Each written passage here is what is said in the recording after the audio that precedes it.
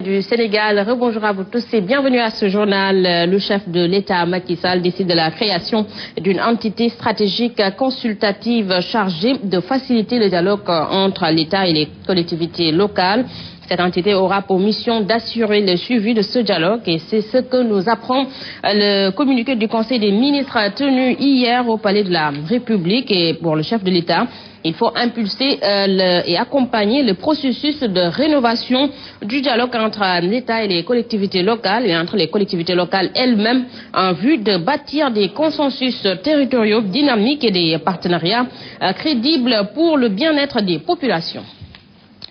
Et puis nous parlons politique avec cette crise à l'Assemblée nationale, M23 en déphasage avec les agissements des députés ces derniers jours en conférence de presse hier dans l'après-midi. Mohamedou Mbodj et ses amis ont pointé du doigt un doigt accusateur sur le groupe parlementaire Benno Bokk Yakaar et ont dénoncé le manque de dialogue entre les groupes qui y sont et ont également par ailleurs plutôt décrier les agissements de Mamadou Racine Sy au King Fahd Palace. C'est un compte rendu signé Salif Kébessa. Le M23 ne cautionne pas les tiraillements, invectives et autres pugilats auxquels se livrent les députés depuis quelques jours et pointe un doigt accusateur au groupe parlementaire Benno Bokk Yakaar. En accordant le primat à la tradition parlementaire sur une interprétation républicaine du règlement intérieur, il a perpétué l'artifice de la majorité mécanique et a contribué à installer la confusion. Pour Mohamedou Mbodj et ses amis, c'est juste une absence de dialogue entre majorité et opposition qui est à l'origine de ce qui se passe à l'hémicycle. La grave crise qui sévit dans l'hémicycle est sans aucun doute la conséquence d'une absence de dialogue entre majorité et opposition. Le M23 n'est également pas en phase avec les agissements de Mamadou Racine Sy au King Fahd Palace et dénonce. Monsieur Mamadou Racine Sy, candidat de l'APR à Podor aux élections locales, semble maintenant bénéficier d'une protection qui lui confère le droit de piétiner les lois et règlements en vigueur dans ce pays. Par exemple, refusant d'appliquer les dispositions réglementaires portant la retraite à 60 ans, le M23 s'est par ailleurs réjoui de l'accord trouvé entre le gouvernement et l'UNACOIS sur les nouvelles dispositions d'importation et d'achat du riz. Le mouvement salue aussi la décision du gouvernement de se séparer d'Abbas Jaber dans la gestion de la SUNEOR. Nous restons toujours à l'Assemblée nationale avec la présidente de l'UDS Renouveau qui se dit peinée par cette situation à l'Assemblée et selon elle, les élus ont mieux à faire que de se quereller pour des questions de positionnement. D'ailleurs, elle pense qu'il y a lieu de sanctionner les parlementaires qui sont responsables de cette cacophonie et qui a fini de ternir l'image de l'Assemblée nationale, voire même notre démocratie. Fatoumata Bagnan, ici avec cher Median. Je suis peinée comme tout Sénégalais, attristée par ce qui se passe actuellement à l'Assemblée nationale. Qui connaît le Sénégal c'est que le Sénégal en général a des valeurs démocratiques. Et ces députés à l'Assemblée sont en train de tenir notre image, en train de bafouer cette valeur démocratique. Et là, ce que je dis et ce que je demande, c'est que justice soit faite. Et quand on a élu ces députés, c'est pour défendre les Sénégalais, mais pas pour défendre des intérêts crypto-personnels. Et ce qui se passe à l'Assemblée nationale actuellement montre que ces députés du peuple sont à l'Assemblée pour leurs propres intérêts et leur propre parti. Et ce qui est déplorant et ce qui nous indigne nous tous en tant que Sénégalais. Voilà, c'était donc Fatoumata Bagnan, présidente de l'UDS Renouveau. Il s'est interrogé par Alassane Baldé. Autre information, c'est la gestion du port autonome de Dakar transparent. Selon Maître El Hadj Diouf en conférence de presse hier dans l'après-midi avec la chargée de communication du port de Dakar, l'avocat donc a soutenu que les accusations du député Mamadou Lamine Diallo ne sont pas fondées et relèvent de l'ignorance. C'est un compte rendu signé d'Eddie Menda. La réponse juridique n'a pas tardé à l'endroit de certains députés qui depuis quelque temps remettent en cause la gestion du port autonome de Dakar. Par rapport aux nombreuses critiques qui ont été faites au port autonome et notamment par M. Mamadou Lamine Diallo, notre cher collègue, les concessions portuaires ne sont pas soumises au code des marchés publics impliquant un appel obligatoire à la concurrence. L'avocat député de poursuivre qu'il n'y a aucun conflit d'intérêt au port. Cette prise de participation autorisée par le conseil d'administration en vertu de l'article 18 des statuts de la société approuvés sous l'empire du décret numéro 87 1552 concerne bien la société nationale du port autonome de Dakar et non la personne de son directeur général. La bonne gestion du port incontestable renchérit la chargée de la communication de la dite société. Elle apporte d'ailleurs des éclairages sur l'acquisition d'un terrain d'une superficie de 33 000 mètres carrés. L'acquisition des terrains, des titres fonciers de Serra Automobile et de SMPS, bien évidemment, que nous avons acquis de façon transparente. Je pense que Maître y est largement revenu.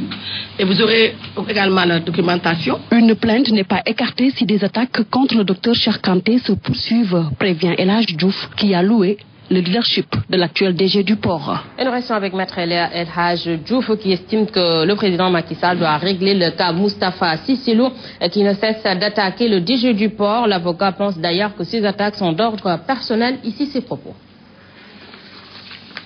Cet individu avait proposé qu'on lui prenne 10 personnes de son département un peu religieux. Alors, on lui demande de présenter les curriculum vitae, les diplômes, etc. Et il y avait son fils dans le lot. Son fils n'a que le certificat d'études primaires élémentaires, c'est niveau CM1 ou CM2. Alors, on a demandé, est-ce qu'on n'a pas d'autres diplômes? On a dit, comme réponse au directeur régional du port, que c'est le seul diplôme dont il dispose. Mais il a un permis quand même de conduire. Il dit que par rapport à ce qui est dans le pays, son fils ne veut pas être chauffeur. Même si son fils n'a pas de diplôme, il demande au directeur de l'embaucher comme cadre au port. Autre information, construction de l'autoroute Ila-Touba, la commission auxiliaire à la protection civile a initié une opération de déguerpissement à Bambey et c'est pour donc lutter contre le dépôt sauvage des ordures, et Bambey donc sera doté d'un dépotoir d'ordures. Elle s'attelle également à mettre fin au stationnement anarchique des véhicules gros porteurs sur la voie publique. Abdoulaye Diagne. Bambey, ville accidentogène, l'autorité confirme. Bambey, quand même, c'est une ville où il y a beaucoup d'accidents qui sont notés sur la nationale. En moyenne, il y a 9 accidents signalés par mois. C'est une question de responsabilité d'homme aussi. Et il fallait vraiment agir, on l'a fait aussi en toute connaissance de cause. Des mesures conservatoires sont prises à cet effet par la commission auxiliaire de la protection civile. Faire dégager carrément les emprises de la nationale, ce qu'on a fait sans état d'âme, il fallait aussi par souci de sécurité des usagers de la nationale, mais aussi également de ces populations. Et je pense que d'ici la fin du mois de novembre, toutes ces réalisations seront faites. Ajouter également au panel d'intention de stationner pour les gros porteurs qui vont tous être parqués à cet endroit. Ainsi, Bambey bénéficiera d'un dépotoir d'ordures réglementaire, fruit de sa collaboration avec l'entreprise en charge des travaux de l'autoroute Ila-Touba. Créer à Bambey un déversoir d'ordures bien aménagé pour au moins recevoir tout ce qu'il y a comme ordures ménagées. Dans le souci vraiment de lutter contre les effets nocifs de ces déchets sur l'environnement, sur la santé des populations. Par ailleurs, la commission n'entend pas s'arrêter en si bon chemin, à en croire le préfet qui promet de lutter contre la vente illégale de boissons alcoolisées, l'occupation anarchique de la voie publique pour donner à Bambey une meilleure image. Abdoulaye Diagne, merci à vous. À présent, nous parlons sport. Après le désaccord du CNG, c'est donc dans le combat devant opposer Rocky Bolbao à Balboa, à Bombardier. Rocky donc annonce qu'il est en règle, ce qui fait que rien ne l'empêchera d'affronter B52. Et pour le promoteur, lui, le combat aura bel et bien lieu, car il s'agit tout juste d'une incompréhension. C'est Fatima Silla qui signe le reportage. Après la sortie du CNG de lutte contre l'affiche Rocky Balboa, pressenti adversaire de Bombardier, estime qu'il y a un manque de compréhension entre le promoteur et le CNG. Je pense qu'il va nous aider à mieux le faire. Peut-être que, comme on dit, je pense qu'on va s'entendre, Inch'Allah. Rocky précise qu'il dispose bien d'une licence, mieux il est tête de file d'une écurie, ce qui lui donne le droit d'affronter n'importe qui dans l'arène. Alors moi j'ai ma licence, j'ai mon écurie, je suis en tête de file, ça s'appelle écurie Colobane Suisse. J'avais déjà mon licence internationale, mais pour faire les choses comme il faut, je suis venu au Sénégal, je me suis fait ma licence. Voilà, pour éviter tous ces genres de problèmes. Tout comme Rocky Balboa, le promoteur soutient que le combat contre Bombardier aura bel et bien lieu. Je crois que le niveau de CNG avec les intellectuels comme ça, ils ont dépassé ce niveau, je crois. Parce que ça aussi c'est un peu bas, c'est comme les... je sais pas, même nous les terres, on a dépassé ce niveau. Cependant, Mansour Aw est dans l'embarras de certains de ses partenaires et même des sponsors, menace de le quitter. CNG daal moo faussé suñu programme. Parce que normalement war nañ def face à face vendredi parce que Rocky dafay ñibbi mais je ne sais pas xamuñu léegi naka la ñuy def ak moom. Cette situation est loin de le décourager. Le lutteur sénégalais, champion de Suisse, Rocky Balboa, espère qu'un terrain d'entente sera trouvé avec le CNG pour sauver l'affiche.